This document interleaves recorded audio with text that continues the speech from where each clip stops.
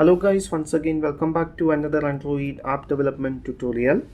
In the last video we already learned about how to capture an image using an inbuilt camera app. In that video, the data received from the on activity for result method is a bitmap. That is a very low quality image suitable for only icons. So if you want to get a high quality image from a camera app, you have to specify a valid file for saving that image. So in this video here I am going to show you how to capture an image using an inbuilt camera app and how to save that high quality image into a file. So we can begin with a new Android Studio project. So here our project is ready. So first thing, we have to specify the camera feature and the needed permission inside Android manifest.xml. So open Android manifest file. So if the camera is the essential part of your app, you have to specify the camera feature inside manifest file. So use as feature, specify the feature name using Android name attribute. Here it is android.hardware.camera. So camera is deprecated, but we can still use that one. So now if it is the essential part of your app, you have to specify Android required into true. This will restrict your app on devices with the camera in Google Play Store. So here we are going to save the high quality image into the private storage space of this application. So if you want to write a file into the private storage space on an application, for Android version 4.3 and lower, we have to specify the write permission, but it is not required for Android version higher than 4.3. So we have to specify the write external storage permission. But this is needed only for Android version 4.3 and above. So we can specify that one using Android maximum XDK version into 80. Okay, so here we specify the feature and permission.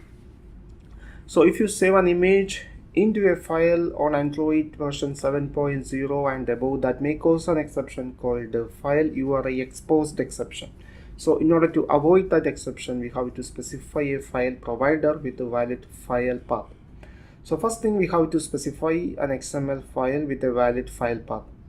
So here I am going to create a new Android resource file.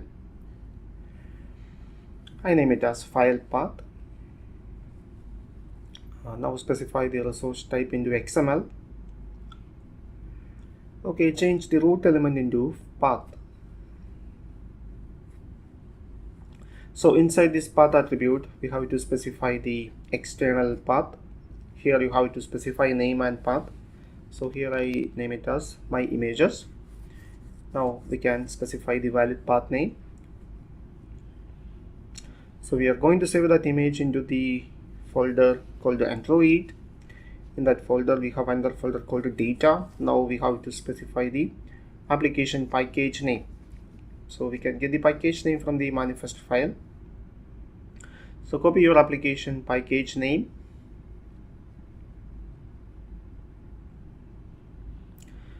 In that package name, we have another file called files. In that one, we can save the image into a folder called pictures. So you have to use the same path name, otherwise your app may crash. Okay, so this is the file path for saving that high quality image. So now we have to specify a provider inside the manifest. So within the application tag, specify a provider. Here you have to specify authorities and name. So first here I am going to specify the name for the provider. So here I specify the name as Android support before content file provider. Now we can specify the authorities. So here I specify the authority as com.example.android file provider. Okay, so we need the authorities later, authority string resource later. So now add some other attribute called exported into false. Now grant the URI permission into true. So for the provider, we have to specify some metadata. So now add some metadata. Specify name, Android name into Android support file provider path. Okay, now specify the resource name. that means the XML file that represents the file path. It is available inside XML directory, and file name is file path. Okay, so this is the provider. So now we can create the user interface of the application. So open activity main.xml. So I change the root element into linear layout, specify orientation to vertical. So here I'm going to add 2 buttons. Specify the first button. This is for capture image. Specify on click method called to capture image. Now specify the gravity. Okay, so now here I'm going to add one more button for display that image. Display image. Now implement these 2 methods inside the activity class file. Okay, so here we have 2 methods for capture image and display image. So first thing, we have to specify a unique file name for the file, image file. First, here I am going to create some string resource, string variable, current image path, current image path into null. Okay, so now here I create a method that return a valid file for the image. So here the return type is an object of file. So here I name the method as get image file. So for create a unique name for the file, we are going to use the timestamp. So create a variable called timestamp, new symbol date format, specify the date format, year, month, date. Now specify hour, minute and seconds. Dot format, new date. So now create a string for the file name. I name it as image name. It is jpg hyphen timestamp. Okay, so this is the unique name for the image. Now now we have to get the storage directory. So here we are going to use the private storage space, so you have to use the get external file directory method. Okay, now we can create the image file and name it as image file. So file.create temporary file. First one is prefix. Here it is image name. Second one is suffix. It is .jpg, and final parameter is the storage directory. So this may cause an exception. So this method throws IO exception. Finally, for display that image, we save the image path, image file into get absolute path, and finally return that image file. Okay, so now we can capture an image using an inbuilt camera app and save that image into the file path. So we need an intent for start an external application. I name it as camera intent. New camera intent, new intent, media store dot action image capture. So now we have to check whether there is an activity capable of handling this intent. So if camera intent dot I think resolve activity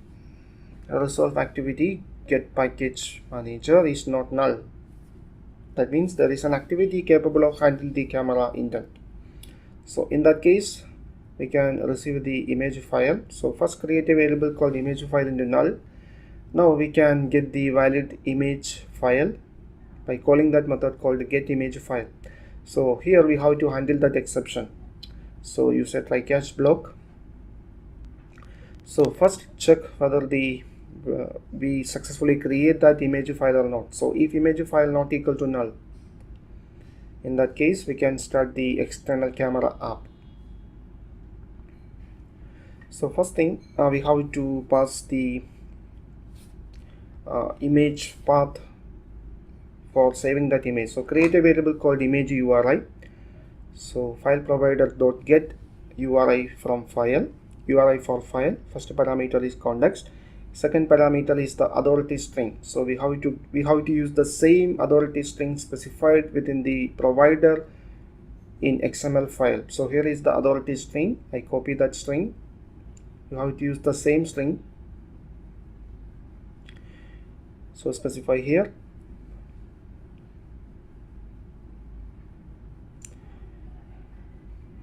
Sorry for that. Copy one more time. Okay, specified it here.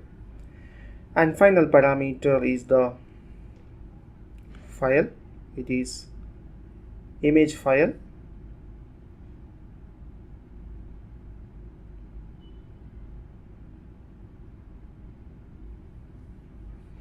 Okay,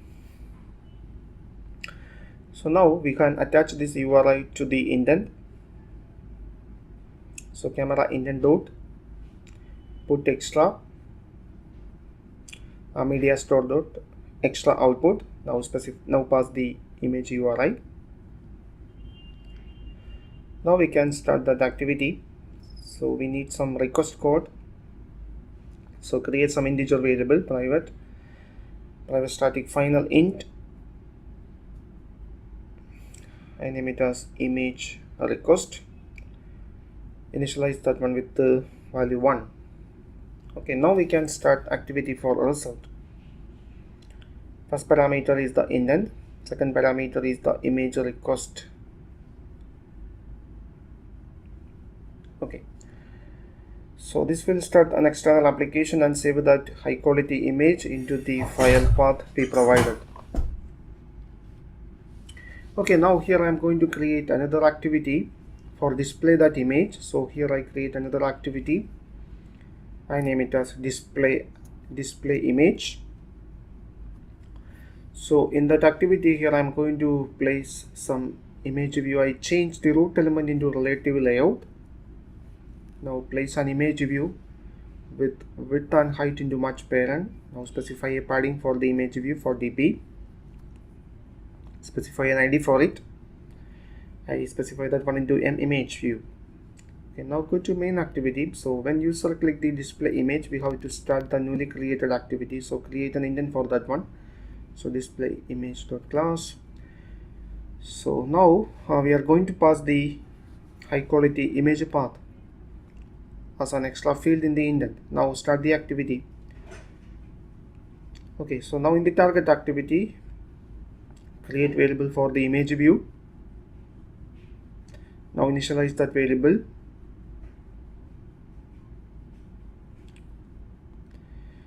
So now create some variables for bitmap factory.decode file, get indent.get extras, key for that one into image path. Now set the bitmap on the image view. Okay, so now we can test our application. So I run the project. So now the application available on this virtual device. So try to capture some image. So here I open some external application, capture an image. Okay, so now we can display that image. So here we have a high quality image. So now we can check whether where the image is saved in that device. So here is we can check the file path. So it is available on the Android data, package name, files, picture. So we can check that one. So here I open the file application, go to the external storage. So we save that inside a folder called Android. So here is the Android folder that contains a folder called data, and we have to find the package. This is the package name, and in that one we have a folder called files, pictures, and here is the image. So this image is available only for your application. So this is how we capture a high quality image using an external camera application.